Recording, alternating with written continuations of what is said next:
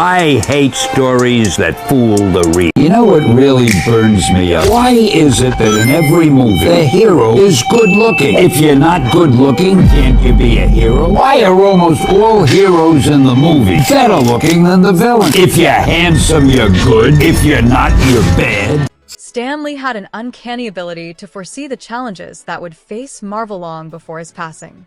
He understood that the real threat to his creations wasn't some supervillain like Thanos or Doctor Doom. It was the people in charge of his characters. The ones who could twist them into something unrecognizable, disconnecting them from the very essence of what made them great. The Fantastic Four was his pride and joy, the team that started it all for Marvel, laying the foundation for everything that followed. But today, the Fantastic Four feels like a shadow of its former self. The latest reboot, which failed miserably, wasn't just another bad superhero film. It served as a warning sign. Stan believed that storytelling should be grounded in reality, that characters should stay true to their roots and the values they represented. He wasn't shy about speaking out against forced changes, against rewriting history just to fit a modern agenda. And yet, that's exactly what's been happening in the Marvel Universe over the past few years. Characters have been altered or reimagined in ways that feel disconnected from the original vision. But the real question is, was Stan Lee right? Did Marvel ignore the very creator who brought these characters to life? And more importantly, is there still time to fix it? These are the questions that deserve to be asked as we look at the state of Marvel today. Recently, Stan Lee told reporters that he agrees with a leaked Sony Pictures email that stated that Spider-Man should always be white. He said, "We originally made him that way, and I don't see any reason to change that." He said he doesn't see the point of changing an established character when you could just make up a new one. He said exactly, "I say create new characters the way you want to. Hell, I'll do it myself." Lee says that making Spider-Man black, which by the way he is now in the comics, would be akin to making the Black Panther character Swiss. Stan Lee had an almost prophetic sense of what was coming long before Disney took full control of Marvel, long before the reboots, race swapping, and the growing emphasis on political messaging. He recognized the warning signs early on. Stan had built Marvel from the ground up, creating stories that resonated with real people, with characters who felt genuine despite their superhuman abilities. He knew what made these heroes great, but perhaps even more importantly, he understood what would happen if the wrong hands got hold of them. Lee wasn't vague about his concerns. He was direct. He warned that tampering with the core of these beloved characters would ultimately destroy them. And now, sadly, it seems his fears are coming true. When the Fantastic Four reboot bombed in 2015, it wasn't just another misfire in a crowded superhero genre. It was a glaring warning sign. This wasn't just any comic book franchise. Fantastic Four was the foundation of Marvel. It was Lee's first big superhero team, the one that proved comics could be more than just child's entertainment. It could be something profound, something that inspired readers. But the reboot didn't honor that legacy. Stan Lee wasn't involved in the project. He wasn't consulted, and when asked about it, he admitted that he hadn't even watched it. His response was telling. Lee knew what was lost in that film, and it wasn't just a bad movie. It was a sign of something bigger, the potential unraveling of everything Marvel had built. It wasn't just a disappointment. It was a sign of things to come if the integrity of these characters continued to be compromised. The new Fantastic Four didn't do great and got a couple of bad reviews. How did you take that? Well, it was probably because I didn't have a cameo in it. That's the reason. They didn't discuss the story with me. But I haven't seen it yet, so I really can't comment about it. Why wouldn't you run and see it? I don't run to see anything. I mean, I walk jaunty, jolly, as Mel Brooks would say, and I just get there eventually. Some people are complaining that they reboot these things too quickly. They make them over again fast. That may be. Stan Lee's response to the Fantastic Four reboot, "It's probably because I didn't have a cameo in it," was said with humor, but there was a lot of truth behind it. The people making the movie didn't respect the source material, and they didn't care about the vision that made Fantastic Four special. Instead of capturing the adventurous, family-driven dynamic that Lee and Jack Kirby created, the reboot turned it into a dark, joyless mess. Lee saw the bigger issue beyond just that movie. He understood that the constant reboots and reinventions of Marvel characters weren't just hurting the Fantastic Four franchise. They were part of a dangerous pattern that could end up damaging superhero films as a whole. Lee knew that if every new version of a character was drastically different from the last, audiences wouldn't get invested. There would be no consistency, no identity, and no real connection to the stories that had made people love these heroes in the first place. It would be impossible for fans to form a meaningful relationship with these characters if they were constantly being reshaped and redefined. That was one of the key things that made Marvel's early stories so successful. They were grounded in consistency, character development, and a shared universe where everything had a sense of continuity. And yet, instead of learning from the failure of the Fantastic Four reboot, Marvel doubled down. They kept rewriting history, shifting characters away from their original essence, and pushing agendas that felt disconnected from the core of what made these heroes resonate in the first place. What Stan Lee feared was playing out before his eyes. The very identity of these characters was being diluted in the pursuit of modernization and political relevance. It's a cycle that has continued, and the question remains, can the damage be undone? Or has the soul of Marvel already been lost in this rush to adapt to every changing trend? I needed a superhero. I had done the Fantastic Four and the X-Men, and my publisher said, hey, they're doing well, do another one. So I came up with Spider-Man, and I said to him, I got this great idea. I want to call him Spider-Man, and he's a teenager. Because there were no teenage superheroes that I knew of at the time. And he said, Stan, that is the worst idea I have ever heard. He said, first of all, people hate spiders. You can't call a hero Spider-Man. Secondly, he can't be a teenager. Teenagers can only be sidekicks. And finally, he can't have personal problems. Don't you know what a superhero is? So he wouldn't let me do it. Just to get it out of my system, I put Spider-Man in Amazing Fantasy, featured him on the cover, and it was a bestseller. So my publisher called me in a couple weeks later and said, Stan, you remember that character, Spider-Man, that you and I liked so much? Why don't you do a series of it? And that's how Spidey was born. One of Stan Lee's biggest frustrations was when people tried to change his established characters instead of creating new ones. He wasn't against diversity, he championed it. But his belief was that diversity should come from new heroes, not from rewriting old ones to fit modern trends. When asked about race-swapping iconic characters like Spider-Man, he was blunt in his response. Asterisk, if Peter Parker had originally been Black, Latino, or Indian, that's fine, but I don't see any reason to change that. Asterisk. Lee wasn't saying that certain groups shouldn't have superheroes. He was saying that these groups should have their own superheroes. A Latino superhero should remain Latino, and Black Panther should certainly not be rewritten as a white man from Europe. For Lee, character identity wasn't about fitting into political messaging. It was about authentic storytelling. Changing the core of a character erased what made them special. Take Black Panther as an example. If T'Challa were rewritten as a white man from Europe, it wouldn't make sense. It wouldn't be true to the world that character was built in. That's exactly how Lee felt when people suggested changing Peter Parker's race. Lee wasn't against creating a Black or Latino superhero, but he wanted those characters to stand on their own, to be celebrated for who they were, rather than just altering a well-established character to meet modern trends.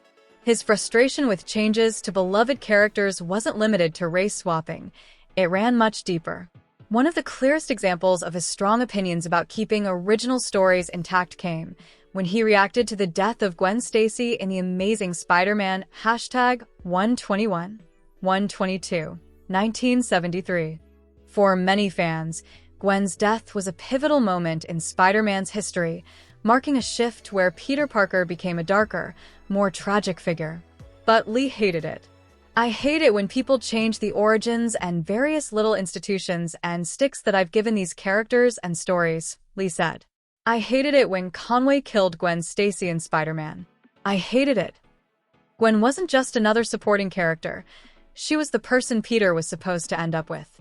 In Lee's view, her death was a break from the future he had envisioned for Peter. The decision to kill Gwen off wasn't something he agreed with. It wasn't part of the story he had originally built. What happened after her death was exactly the kind of shift Lee had feared. Spider-Man became darker, more isolated, and consumed by guilt. The optimistic, hopeful Peter Parker Lee had created was fading away. This was the pattern Lee warned about. Characters being altered to the point where they were no longer recognizable, no longer true to their original essence. For Lee, the heart of a character was in its consistency and staying true to the foundation that made them beloved in the first place. That's what created lasting, meaningful connections between characters and their audiences. Anything else risked undermining what made them X-Men. great. People are talking about it right now because the X-Men 97 thing happened, and because there was these conflicting reports about Morph. You had, of course, these folks going around perpetuating the myth again that is a complete lie, that the X-Men were created to be similar to the civil rights era or black injustice, gay injustice, or something of that nature, or, of course, that long-standing lie. Now, what we're going to do is we're going to listen in to a radio show that happened back in 2007 on Coast to Coast with George Nuri. Check this out right here. Let's listen in. I mean, there are things like that people catch that you may not have even known that you were putting in there. But you obviously are so right. Now, take the X-Men. I was just originally trying to get an interesting group of characters with interesting powers, and I thought it would make it twice as interesting if the public really didn't like them that much. And if they had to worry about their reception by the outside world, little by little I began getting mail saying how great it is that I'm doing these stories about bigotry and the evils of bigotry and so forth, and race hatred. And I guess I was doing that, but I was doing it subconsciously. That wasn't the main purpose. One of the biggest arguments today is that the X-Men were always meant to be an allegory for modern identity politics, racial issues, LGBTQ+ struggles, and social justice movements. However, that was not Stan Lee's original intention when he created them. In a 2007 interview, Lee explained that X-Men wasn't created to be a political statement. Asterisk, I was originally trying to get an interesting group of characters with interesting powers. I was doing stories about bigotry and race hatred subconsciously, but that wasn't the main purpose. Asterisk, Lee wasn't denying that themes of discrimination existed in X-Men stories, but he made it clear that addressing these issues wasn't the driving force behind their creation. His focus wasn't on sending a social message, it was on telling good, engaging stories. The idea of mutants wasn't about making a political statement, it was about simplifying superhero origins. Instead of coming up with new, complex ways for characters to get their powers, like radioactive spiders or gamma radiation, Lee made mutants simply born with them. It was a practical solution that also helped set the X-Men apart from other superhero teams. Even the name X-Men wasn't crafted with activism in mind. Originally, Lee wanted to call them the Mutants, but his publisher rejected it, saying no one would understand what a mutant was. So Lee changed the name to X-Men, tying it to Professor X, and it stuck. It was simply a catchy, memorable title with no deeper political agenda behind it. This is where the disconnect happens in today's interpretation of Marvel's characters. What Lee spoke out against in the modern direction of Marvel is exactly what's happening now. Marvel is rewriting its characters, erasing their original stories, and using them to push modern political agendas. The Fantastic Four reboot is a clear example of this, where a beloved classic was altered to fit today's trends instead of respecting what made it great. The X-Men, too, are being rebranded with claims that they were always meant to symbolize identity politics, despite Lee himself denying that was the original intent. Across Marvel, long-established characters are being altered to fit into this mold, rather than creating new characters that represent diverse groups. This is exactly what Lee warned against, the erosion of core character identity in favor of pushing modern messaging. Lee's message was clear: respect the original work, tell good stories, and keep the heart of the characters intact. Unfortunately, Marvel didn't heed that advice, and now they're paying the price, with fans increasingly disappointed by the transformation of their once-beloved heroes into vehicles for shifting political narratives. The integrity of the characters is being lost, and the storytelling that made them timeless is being sacrificed in favor of trends. The X-Men are all different. Different from average humans, and because they're that different, the general public hates them, hounds them, harasses them, fears them. And again, when I used to do a lot of college lecturing, so many of the students would get up and say, we feel that the anti-bigotry message of the X-Men is a very strong one. Our competitor, DC Comics, they had done a book called The Justice League, and it was selling very well. So I came up with something I called the Fantastic Four. The hero, he's a scientist. He was always boring the others. The obligatory teenager in the group, he wanted to go out with girls and ride a sport car and so forth. And the girl, she also had a superpower that was as good as anyone else's. So she was a fighting member of the team. And the fourth guy, I called him the Thing, and he became by far and away the most popular member of the group. Stan Lee firmly believed that great storytelling came from strong, authentic characters, not from pandering to public agendas. He built Marvel on this foundation, creating heroes who resonated deeply with readers because of their struggles, flaws, and rich personalities. But today, the people running Marvel seem to have lost sight of that vision. It's become clear that their priority is messaging first, storytelling second. The Fantastic Four reboot is a perfect example of how far they've strayed from Lee's original intent. For decades, the Fantastic Four was the heart of Marvel, about family, adventure, and the thrill of discovery. But everything we're hearing about the new film suggests that those core themes have been tossed aside. Industry insiders have revealed that the movie isn't even focused on the Fantastic Four as a team. Instead, the narrative has been rewritten to center almost entirely on Sue Storm. The studio reportedly shaped the entire casting process around her role, sidelining the other 3 members of the team. Even worse, early leaks indicate that Reed Richards, one of Marvel's most important figures, is being reduced to a joke.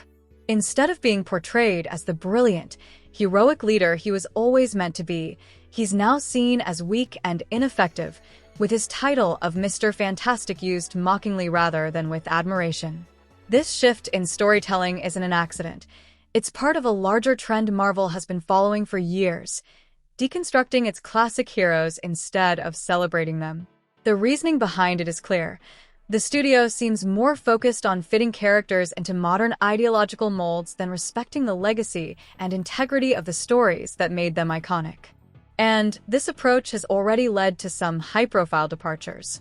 Adam Driver, once considered a strong candidate for Reed Richards, reportedly turned the role down after reading the script.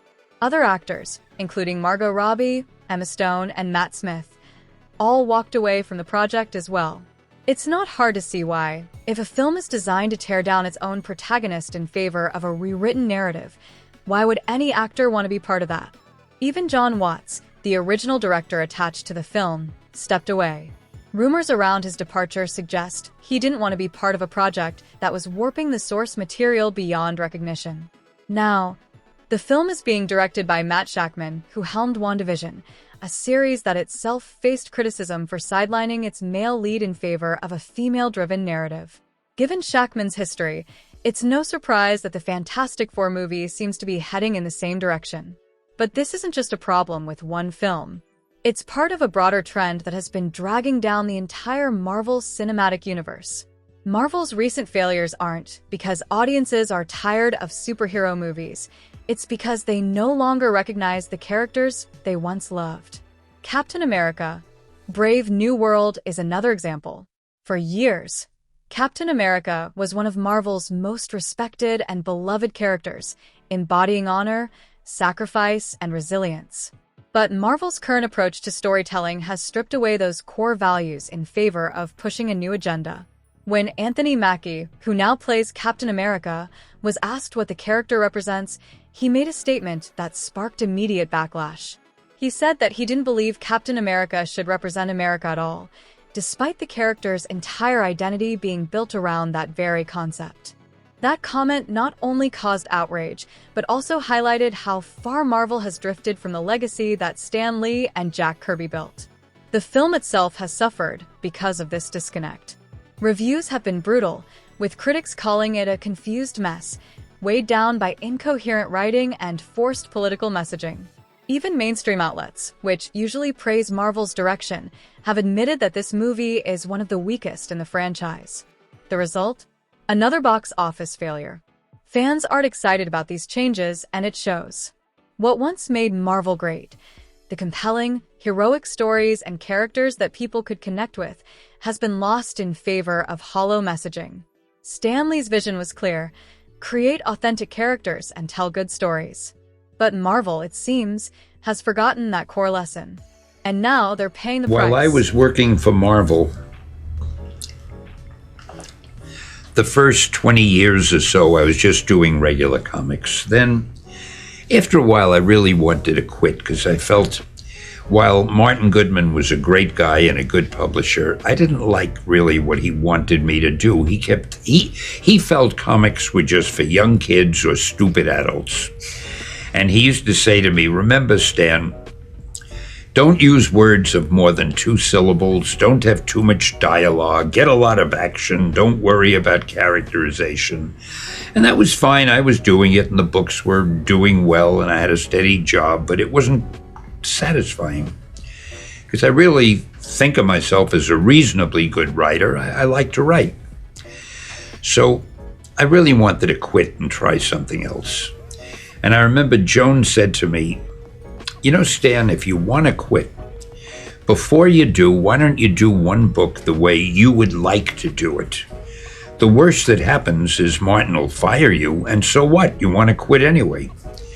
So coincidentally, at that time, he had found out that our competitor, DC Comics, which called itself National Comics in those days, they had done a book called The Justice League of America, a group of superheroes, and it was selling very well. And he said to me, Stan, why don't you do a book about a group of superheroes? So I figured this is my chance to do it my way. So I came up with something I called the Fantastic Four, about 4 superheroes. But instead of making them heroes who wore costumes, I figured I'm not going to give them costumes. Because I always felt if I had a superpower, why would I want to put on a costume? First of all, I'm too much of a show-off. I'd want everybody to know it's me. I would never wear a mask. And why would I need a costume? If I could jump over a building, I don't have to wear a colorful costume. I'll just jump over the building. At any rate, I didn't give them costumes, and I tried to make them real characters living in the real world. The hero wasn't just a perfect guy. He was a fellow like me. He talks too much. He's a scientist, quite boring. He was always boring the others because when he explained anything, he went on forever. And one of the other guys was always saying, will you shut up? And the obligatory teenager in the group, instead of just like Robin with Batman, who just runs around and fights the bad guys with him, I made this teenager a guy who didn't want to be a superhero particularly. He was like I would have been when I was a teenager. He wanted to go out with girls and ride a sport car and so forth. And the girl, instead of an obligatory female who always has to be rescued and doesn't know who the hero really is, she was the hero's fiance. She knew who he was. They all knew who they were. And she also had a superpower that was as good as anyone else's. So she was a fighting member of the team. And the 4th guy was a monster. Something had happened to him, and he became very ugly and incredibly strong. And I used him for both pathos and humor, because he was always fighting with the others, and not physically, but verbally. Always insulting them and yelling at them, and he was hot-tempered. And he was always picking on the Human Torch, that was the teenager, who was always picking on him, and I got a lot of comedy out of them. I called him the Thing, and he became by far and away the most popular member of the group. Well, at any rate, and another thing, instead of having them live in a fictional place like Metropolis or Gotham City, I plunked them right down in New York City. And because I knew New York City, I could write about New York City, and I figured, why not let him live in a real place? And instead of driving a car like an 8-cylinder whiz-bang, I had Johnny drive a Chevy Corvette. And I had them live on the east side in I forget where, near Madison Avenue. And when they went to a theater, they didn't go to the Bijou, they went to the Radio City Music Hall. I tried to keep everything as realistic as possible, even though it was just a superhero comic. Well, the book did wonderfully. It sold great. But a funny thing happened. I got a lot of fan mail, and we had almost never gotten fan mail before. And all the letters said essentially the same thing. We love the book. It's the greatest. We'll keep buying it forever. You're the greatest writer. Jack is the greatest artist. It's terrific. But if you don't give them costumes, we'll never buy another issue. Now, I'll never understand why. I will never understand why, but for some reason, people who like superhero stories like their superheroes to wear costumes. Okay, I'm not going to go against that. The same issue has crept into every corner of Marvel's projects, and it's clear that the direction they're taking is damaging to the legacy that Stan Lee built. The X-Men, another franchise that should be a guaranteed success, is being rebranded to fit modern identity politics, despite Lee himself explicitly saying that he never created the X-Men as a political statement. Yet, modern Marvel insists on rewriting history, claiming that the mutants were always meant to symbolize specific social movements. This revisionist approach is slowly eroding Marvel's credibility. What made the X-Men compelling wasn't their role in some political narrative. It was their portrayal as outsiders struggling with their identity, a struggle that felt universal. Lee's vision for the X-Men was about the internal conflict of trying to belong in a world that sees you as different. It wasn't about fitting into a current ideological battle. It was about the human experience of being an outsider. But Disney doesn't seem interested in respecting the original intent. Instead, they're determined to reshape the X-Men franchise to fit into today's cultural battles, whether the fans like it or not. This pattern has played out in film after film, show after show. Instead of treating characters with respect, Marvel has made a habit of undermining them to fit a specific narrative. Take Doctor Strange, for instance.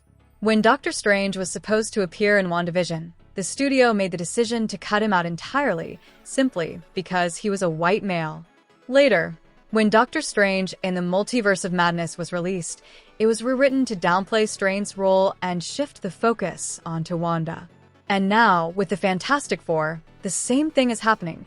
The entire story is being restructured around one character at the expense of the rest of the team. Marvel was built on storytelling that connected with people, on the foundation of relatable characters, not agenda-driven narratives. That's what made Marvel great. And that's exactly what's being lost now. Fantastic Four isn't just another reboot. It's another sign that Marvel has no interest in preserving what made these characters special. It's part of a larger pattern that has driven the MCU into a decline, pushing away the audiences who once supported it. Stan Lee spent his life shaping a universe that inspired generations. He gave fans heroes who weren't perfect but were relatable, heroes who fought battles that weren't just about superpowers but about responsibility, sacrifice, and perseverance. He understood that if Marvel ever lost sight of these core values, the stories would fall apart. That's exactly what we're seeing now, with characters being altered and their legacies disregarded in favor of modern agendas. The big question now is, does Marvel even care? Are they willing to course correct?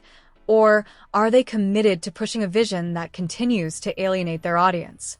Is there still hope for Marvel, or has the damage already been done?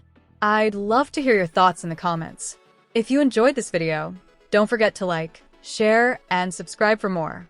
We need to keep talking about this, because if there's any chance of saving Marvel, it starts with holding them accountable,